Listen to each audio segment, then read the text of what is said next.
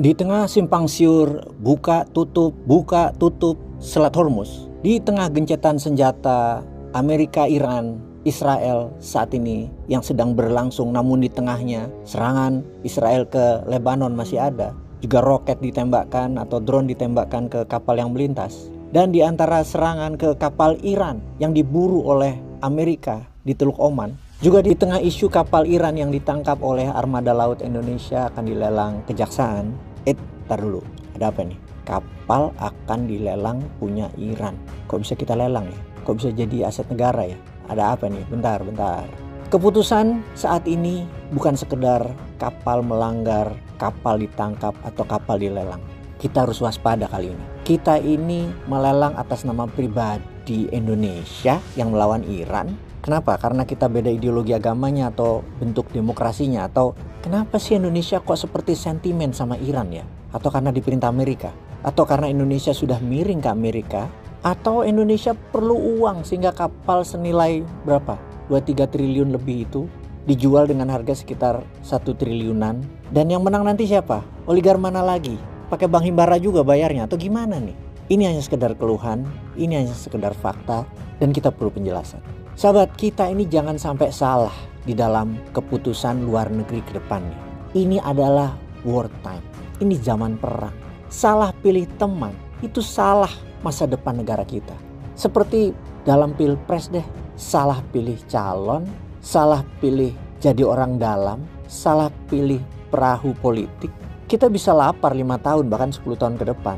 Karena oposisi di mana-mana selalu dilaparkan. Karena dicekik atau dibatasi oleh lawannya. Ya, emang begitu dunia itu. Dunia yang lagi perang ini kita tahu kubu Amerika itu ada Israelnya. Dan di kubu Iran itu ada BRICS. Dan sejauh ini Indonesia terlihat lunak ke Amerika dan Israel, namun keras ke Iran. Sehingga secara kasat mata Indonesia itu tidak netral, tidak non-blok, tapi miring ke Amerika. Bukan miring ke Barat loh ya, karena Barat, Eropa itu sudah mulai netral. Mereka udah mulai pasang gigi mundur ke Amerika dan mulai miring ke Tiongkok. Kalau urusan kapal tanker Iran yang terlihat kita semakin keras ke Iran, artinya keras juga ke Tiongkok. Efeknya perlu kita cermati agar tidak salah langkah ke depannya. Kita ingatkan awal ceritanya. Ada kapal super tanker milik Iran yang disita dan dilelang oleh pemerintah Indonesia bernama MT Arman 114, sebuah kapal niaga berbendera Iran. Kapal ini ditangkap oleh Bakamla, Badan Keamanan Laut, di Laut Natuna Utara pada 11 Juli 2023 karena terlibat dalam aktivitas ilegal dan pencemaran laut. Kapal MT Arman 114 dalam penyitaannya diduga tindakan kriminalnya adalah melakukan ship-to-ship transfer, pemindahan muatan minyak secara ilegal tanpa izin, dan juga mematikan sistem identifikasi otomatis atau AIS. Kapasitas dan muatan tanker berukuran very large cruise carrier tersebut membawa hampir 170.000 metrik ton atau sekitar 1,2 juta barel minyak mentah ringan, light crude oil. Kemudian Kejaksaan Agung, Badan Pemulihan Aset tepatnya, menetapkan lelang untuk kapal dan muatannya pada akhir 2025 dan berlanjut ke awal 2026. Nilai limit lelang yang ditetapkan sekitar 1,1 triliun hingga 1,17 triliun. Dalam putusan vonis, nahkoda kapal Mahmud Muhammad Abdel Aziz Muhammad Hatiba divonis 7 tahun penjara dengan denda 5 miliar oleh Pengadilan Negeri Batam. Dalam catatan, hingga awal 2026 kapal tersebut masih tertambat di perairan Batam, Kepulauan Riau, dalam kondisi memprihatinkan karena lama terlantar, yang saat ini akan segera dilelang sebagai aset negara.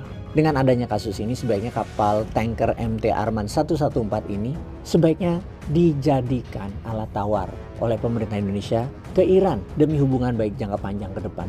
Jadi langkah pertama adalah kalau bisa dibatalkan saja lelang tersebut, lalu ditawarkan kepada pemerintah Iran demi keuntungan bersama tentunya. Dan sebagai counternya, super tanker Indonesia yang tidak diizinkan melewati Selat Hormuz boleh berlayar kembali. Ini win-win solusi. Ini semua Indonesia harus lakukan atas nama survival of the nation. Tentunya Amerika akan murka, ya pasti. Karena Indonesia mendadak netral atau mementingkan isi perut rakyatnya dulu, bukan takluk sama Amerika. Tapi begitulah negara berdaulat. Contohnya India. Dari dulu berani beli minyak Iran dan Rusia walau diembargo, walau dimarahin Amerika. Ya demi rakyat India dapat energi murah. tentunya ada tarik ulur lainnya yang dimainkan untuk Amerika. Misalnya saat ini Amerika itu butuh rare earth. April nanti Trump akan ketemu Xi Jinping, akan ke Tiongkok. Trump akan nawar rare earth-nya Tiongkok. Yang rare earth tersebut kita tahu asalnya dari Indonesia juga, sebelum diekstrak oleh mereka. Yang akan ditukar oleh minyak tentunya oleh Xi Jinping. Dan Xi Jinping tahu banget memanfaatkan daya tawar rare earth-nya tadi. Dan Xi Jinping juga akan menawar balik. Ya udah, Taiwan gua akuisisi ya, tanpa tumpah darah kok. Dan Taiwan akan jadi zona ekonomi khusus kayak Hong Kong. Itulah tawar-menawarnya diplomatik negara berdaulat. Saling menguntungkan walau saling tekan. Jadi kita jangan cemen lah. Indonesia tuh mosok diem aja ditekan terus. Amerika tuh butuh sebagian rare earth Indonesia, ya mainkan. Kita akan dapat dolar dan dapat minyak Iran pastinya. Ditunggu langkahnya demi rakyat Indonesia. Peace.